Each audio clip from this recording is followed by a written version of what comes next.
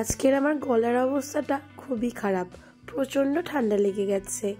রান্না করার একদম মুডই ছিল না, তাই খুব সহজ একটা রান্নার রেসিপি নিয়ে তোমাদের সামনে চলে এসেছি। আজকের আমার রেসিপি হলো পটল ভর্তা। তাহলে চলো দেখে নাও। প্রথমে আমি 5টা পটল নিয়ে নিয়েছি।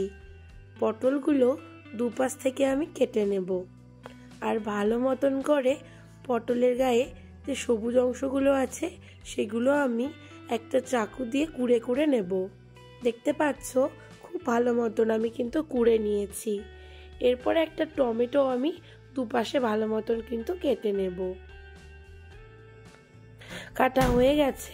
সব কিছু আমি একসাথে ঠান্ডা জলে ভালো মতন ধুয়ে নেব। ধোয়া কমপ্লিট।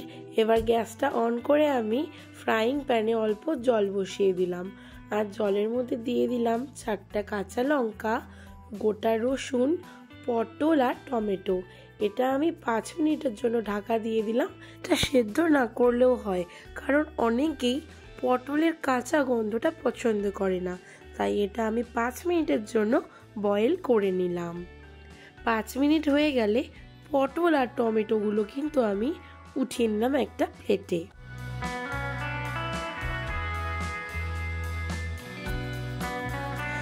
আর পটল আর টমেটো সব কিছু কিন্তু আমি ছোট ছোট টুকরো করে কেটে নিলাম, যাতে যখন মিক্সার গ্রাইন্ডারে এটাকে মিক্স করব খুব ভালো মতন এটা পেস্ট হয়ে যায়, বা তোমরা চাইলে শিলনোড়াতেও বেটে নিতে পারো। আর আমি টমেটোর গায়ের খোসাটাও কিন্তু ছাড়িয়ে নিলাম টুকরো করার আগে, যাতে পেস্টটা অনেক মিহি হয়। আর এখন সব কিছু আমি মিক্সার গ্রাইন্ডারে ভালো মতন মিক্স করে নিচ্ছি।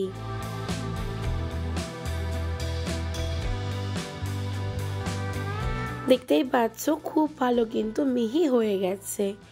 এরপর আমি ফ্রাইং প্যান বসিয়ে সর্ষের তেল খুব ভালো মতন গরম করে নিলাম, আর 2টো শুকনো লঙ্কা আমি ভেজে নিচ্ছি।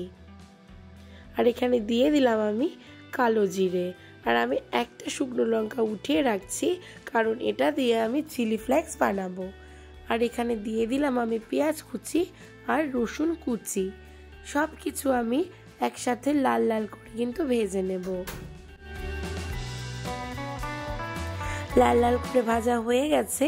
এরপর আমি এখানে অ্যাড করে দেব মিক্স করে রাখা পটলের মিশ্রণ, আর দিয়ে দেব পরিমাণ মতো নুন, হলুদ, অল্প ধনে গুঁড়ো আর অল্প লঙ্কা গুঁড়ো। পুরো হাই ফ্লেমে এটাকে আমি আরও কিছুক্ষণ নাড়াচাড়া করে ভেজে নেব। তোমরা যারা যারা শুটকি মাছ পছন্দ করো চাইলে শুটকি মাছ অ্যাড করতে পারো। এটা কিন্তু আরও দ্বিগুণ টেস্টি হয়ে যাবে শুটকি মাছ অ্যাড করলে।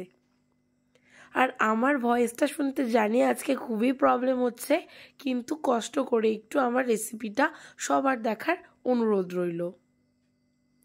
দেখতেই পাচ্ছ আমার ভর্তা কিন্তু পুরো রেডি। এবার আমি সার্ভ করে নিলাম, আর ওপরে আমি দিয়ে দিলাম চিলি ফ্লেক্স আর অল্প কাঁচা সর্ষের তেল। তাতে কিন্তু খাবারটা আরও দ্বিগুণ টেস্টি হয়ে যায়। এবার তোমরা এটা গরম গরম ভাতের সাথে এনজয় করতে পারো। আজকের আমার ভিডিওটি কেমন লাগলো অবশ্যই কমেন্টে জানাবে।